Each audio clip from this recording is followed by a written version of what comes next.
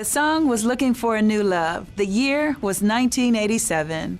I'm Jody Watley, and these are the sounds of the time.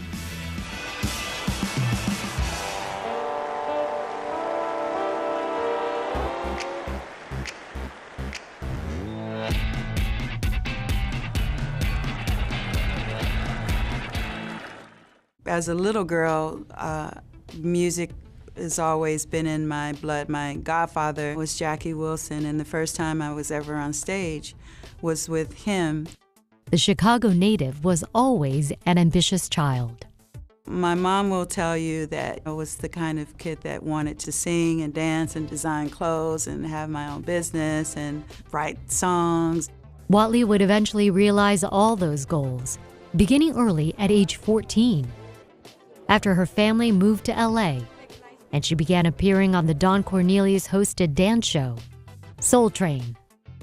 It was a show that culturally was very important because it was where you could see all of the artists of the day that were very commercially successful, and some new artists as well. The first time I performed on the show as an artist, it just really meant a lot. She'd become a dance and style icon for the masses, showing off her smooth moves and funky looks.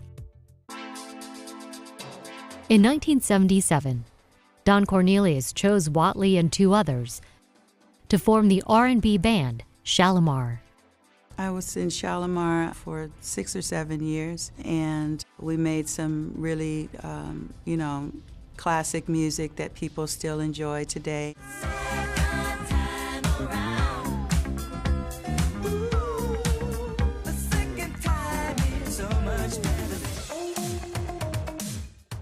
In 1983, Watley left the group and moved to London to start a solo career.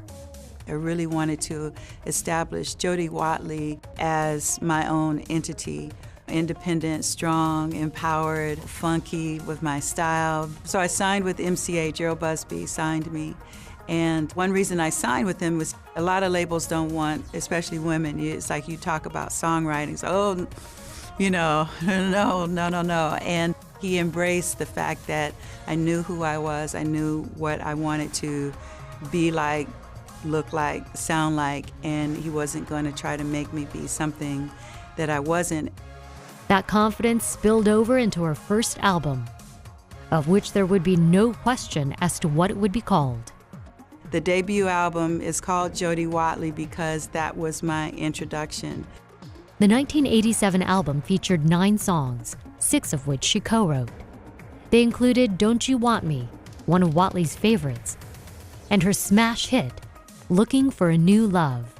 I'm looking for a new love, baby, a new love. Yeah. Looking for a New Love actually was the last song written for my debut album. And I'd had a breakup, actually, and so that led to the song. That song reached number 2 on the charts and helped earn her a Grammy for Best New Artist.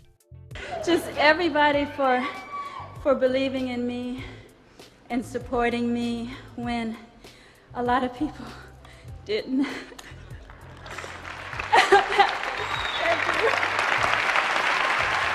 I was just so overcome, and I never had to be nominated ever again because that time in my life, it was just great validation. The reward really in life is believing in yourself and living your own truth, whatever that is for each person.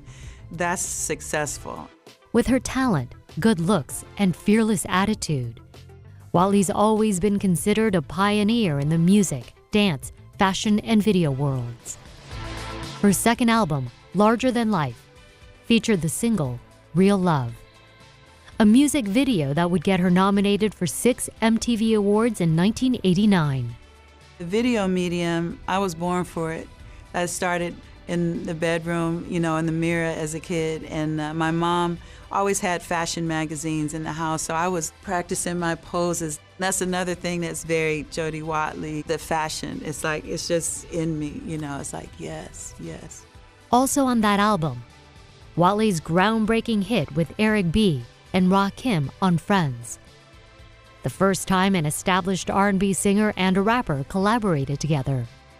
I think as an artist and as a songwriter, I just always want to not be repeating myself. Friends was the first song that brought together pop, rap, hip-hop, dance with the 16-bar verse, and it was a crossover hit.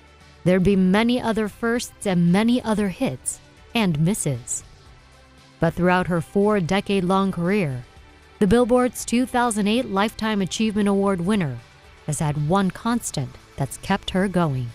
I think one of my lines I always say, it's in the music. You got to do it for the music, not for the money, not for the fame. I love music with all of my being.